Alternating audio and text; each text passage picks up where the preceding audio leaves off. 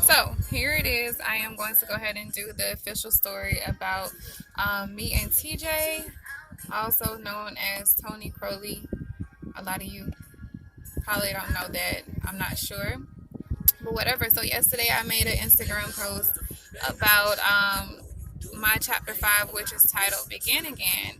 And in that chapter, there's a section of that book, of my book, titled Remain You. No, yeah, it's called Remain You. I'm sorry, I'm all over the place.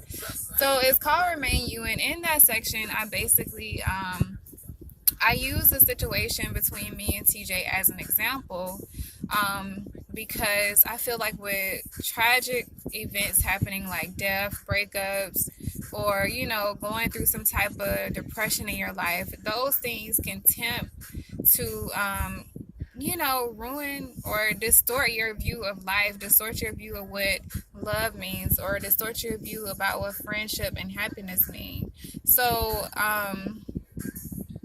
I just really wanted to make sure that I gave you all the story behind it, because this situation between me and TJ, or the situation that occurred and happened to him, it really did put a twist on my life, because it was the first time that I have ever experienced someone dying close to me that I really, really and truly love.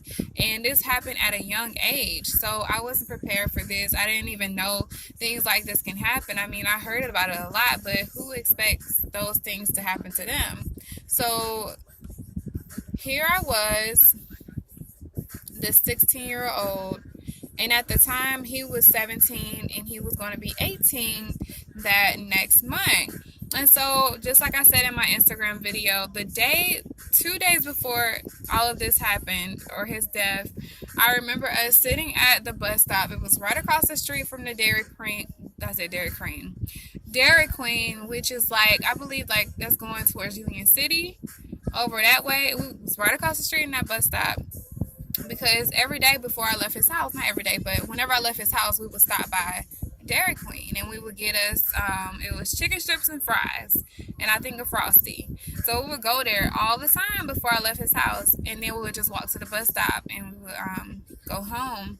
What's so funny now that I think about it, I really thought we was on some grown type stuff, because I'm like, oh yeah, we going to sit down and have something to eat, we chopping it up, and then we out. You know what I'm saying? Like a regular date night, or date, on a date type deal where you just go out to eat with your girl and go home or whatever. I really, really felt like we were actually grown ups. We were actually being grown, but of course we weren't grown ups. So here we were sitting at the bus stop talking. And I was telling him, I'm like, dang, you about to be 18, and now you're going to think you can do whatever you want to do. You're not going to be feeling me no more. You're not going to be studying me. You about to get your car, because he was talking about he wanted to get him a car. I think it was like a box Chevy's Cutlass or something like that he wanted to get. And I'm like, oh, man, he don't think he's really doing it now.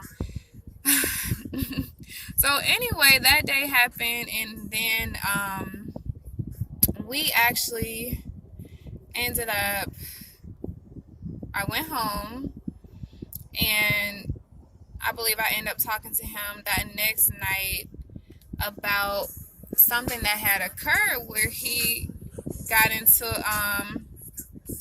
some, I'm sorry y'all, this music all over the place. He actually met up with this guy, and I don't know what happened, but basically he had, ran into someone who was going to be an enemy.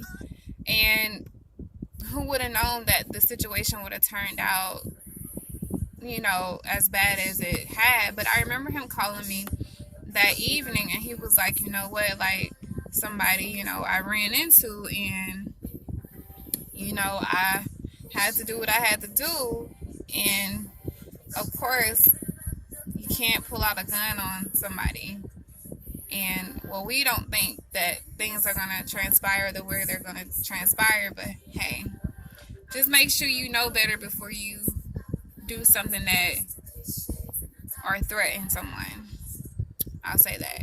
But anyway, I'm not going to go too much in details, because that's, personal. I don't know what's happening out here or what's going on with his case. I don't even know if it's still like You know what I mean? If people are still investigating at this point. To be honest, I've heard that the guy who actually shot him is in jail, but I'm not too sure about everything. So that's that story. I'm going to keep that, on the low because I don't really know everything in full detail.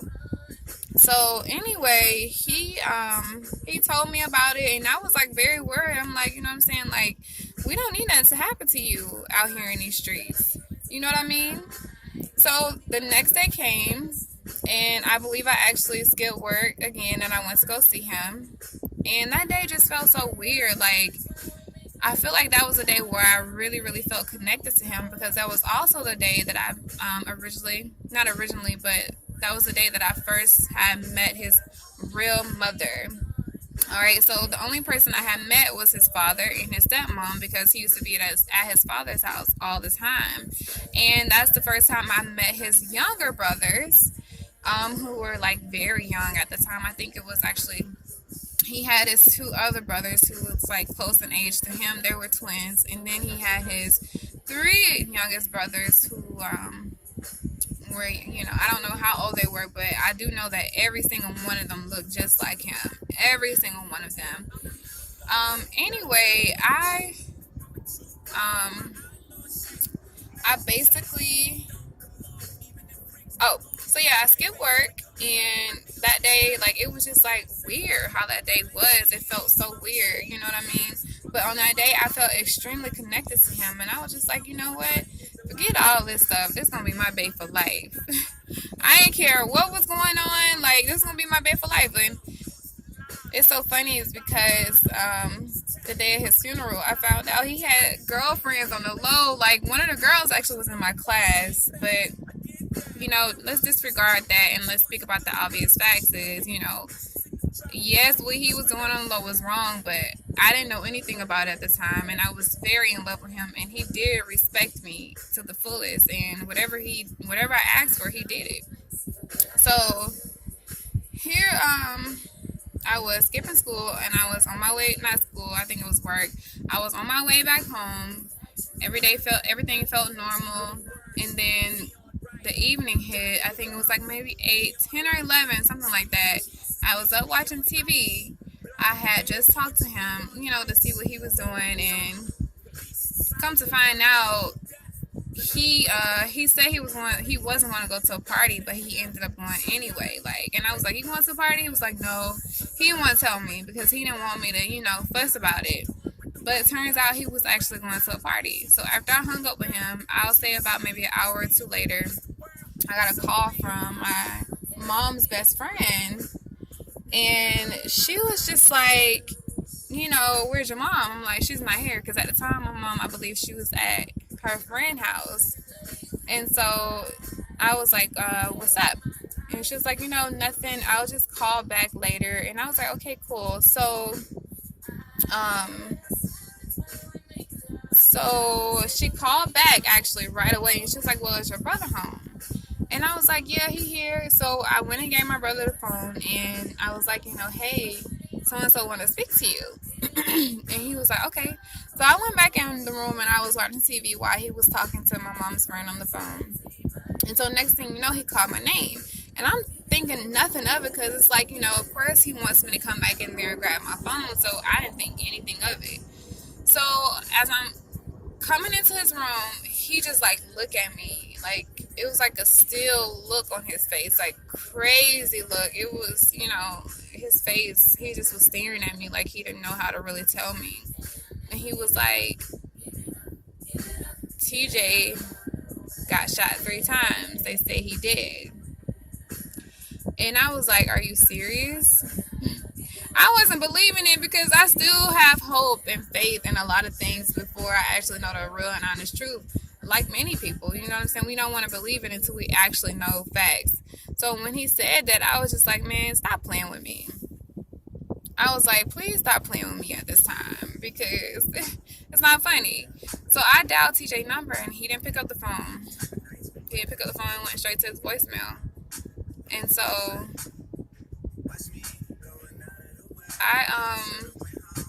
I sat on my bed in my room, and that's when I started panicking, and tears just started like building up. But I still didn't want to believe it. I needed truth. I needed confirmation. So I'm sitting there, and all of a sudden we hear banging coming from our front door. So I run down the steps because I think I was hoping that it was TJ. But when I opened the door, it was his stepmom. And she just looked at me. And immediately I knew it was true.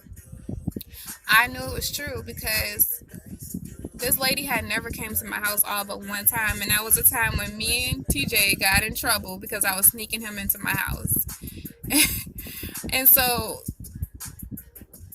I was looking at her and she was looking at me, and all I can remember is us both crying. And at the time, I called my old best friends, and we're on three-way, and I was just pacing back and forth down the street, and I'm just crying and crying and crying. I'm just like, TJ, he dead, like. And so all I wanted to do, I just wanted to go wherever I can get a sense or a feeling of him. So I got in the car with TJ's stepmom, and we rode over to his real mom's house. And I was so heartbroken because his little brothers, like, I don't know how old they were. They had to be maybe 5, 6, or 7. One of them, they were just crying, asking for him, and I was just like bawling out, crying. I just didn't understand. Mom was going crazy, brothers was going crazy, and I just didn't know, but I didn't want to leave. Like, I felt like I needed to be there. I wanted to be in his presence, I just wanted to be around something that,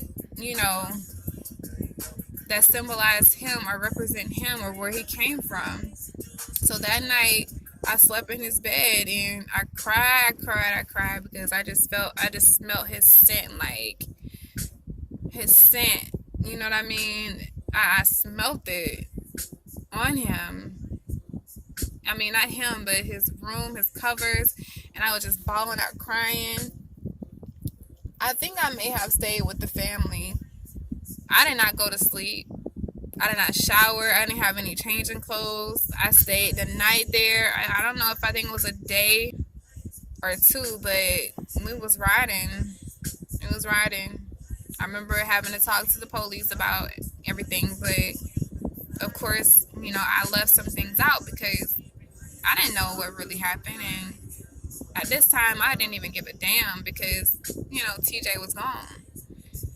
And so after that, I started suffering with anxiety, paranoia, and I used to think about people dying, people close to me a lot. Like, it was so bad to the point to where, like, if you didn't pick up the phone when I call you right away, I would automatically assume that you were dead.